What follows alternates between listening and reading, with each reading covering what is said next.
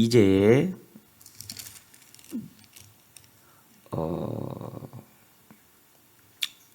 왕의 명령을 따라서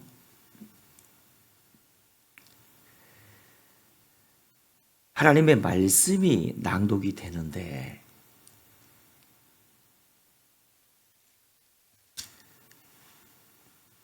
하나님의 말씀이 낭독될 때 사람들이 잡혀가고 바벨론이 유다를 침략하여 사람들과 심지어는 짐승들까지 다 잡혀가리라 라는 예언의 말씀을 낭독하니까 이 왕이 요야김이 그 말씀을 화로불에 던져버리네요. 그러니까 지금처럼 이렇게 종이 성경이 없던 시대 아닙니까? 아마도 가죽 파피루스나 가죽 성경이었던 것 같습니다. 한 장씩 한 장씩 왕이 이렇게 던져버리네. 왜 던졌죠? 왜 불살라버렸죠? 마음에 찔림이 오면 회개해야 하는데 화가 나니까 그냥 말씀들을 화로 불에다가 던져 태워버린 거예요. 마음이 교만하면 교만해져서 강팍해지면 말씀을 무시합니다. 회개란 성령이 지적할 때 나의 죄를 인정하고 울며 고백하고 돌이키는 것이죠. 자신을 돌이키는 거잖아요. 그런데 마음에 찔림이 온다고 말씀을 그냥 불태워버리고. 그러니까 아무리 왕이지만 하나님 보실 땐 얼마나 가증스러웠겠습니까? 사실은 그렇게 징계의 말씀, 책망의 말씀을 주신 이유가 뭐죠?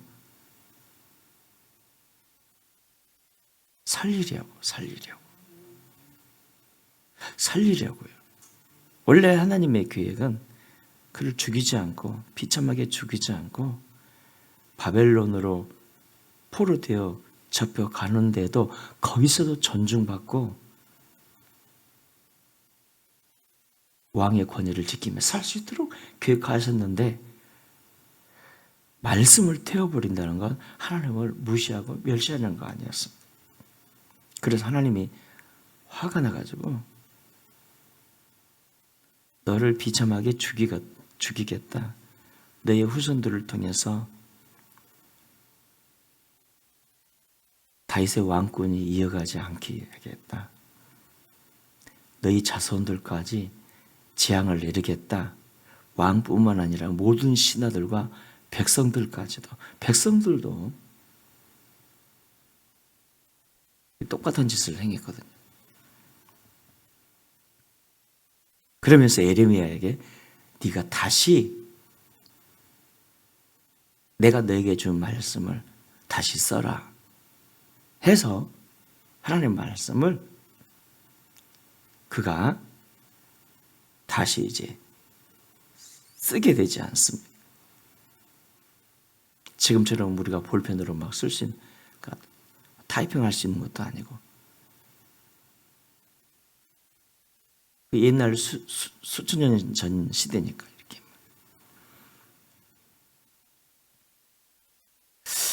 다시 성경을 쓰신 하나님. 여러분, 이 말씀을 통해서 우리가 반드시 얻어야 할 교훈이 뭘까요? 절대 주권의 말씀은 우리가 1.1획도 소홀해서는 안 되고요. 하나님이 우리에게 주신 말씀이기 때문에 생명처럼 소중히 여기셔야 합니다. 왜냐하면 나를 살리고 영원한 생명과 승리를 주는 말씀이니까. 옛날 시대에는 전쟁이 많았잖아요. 특히 성경이 기록된 이 팔레스타인 그쪽 나라는 수없이 전쟁이 많았습니다. 이때 여러분은 신앙이 깊은 서기관들이나 이 말씀을 맡은 제사장들이요, 전쟁이 나면 남자들이 해야 할 일이 뭐죠? 가족들 챙겨야 되잖아요. 가족들. 근데 그들은 뭐 했는가 하면요, 가죽 푸대에 담겨진 말씀을, 그러니까 옛날에는 말씀을 그러니까 가죽에 써진 말씀을 다시 가죽에 담아서 단지 있잖아요. 단지에 봉해가지고 어디로 갔냐면 굴이나 산 같은 데 가가지고, 특히 굴 같은 데 가가지고 묻어놨다고요. 왜요? 전쟁 끝나면 다시 찾아오려고. 근데 적들이 침입할 때 대부분 무슨 일로부터 하죠? 집부터 불사르잖아요.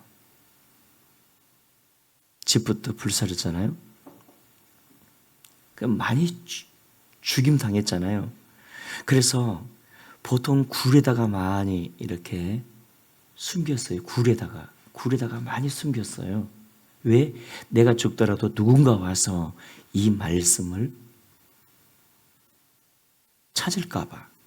그래서 여러분, 하나님 말씀이 수없는 전쟁 가운데서도 하나님 말씀이 보존될 수 있었던 이유, 바로 그 사람들 때문입니다.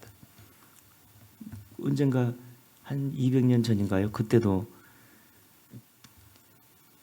수천 년 지난 말씀이 불에서 발견되어 가지고 난리가 났잖아요. 근데 얼마나 이게 소중한 말씀이었냐면, 이 구약 성경 거의 전체가 다 그 구리가 발견이 된 거예요. 한 양치기가 가서 우연히 굴에 들어갔는데 단지가 발견되었고, 야, 이거 보물인가 하고 열어봤더니 성경이 들어있네요.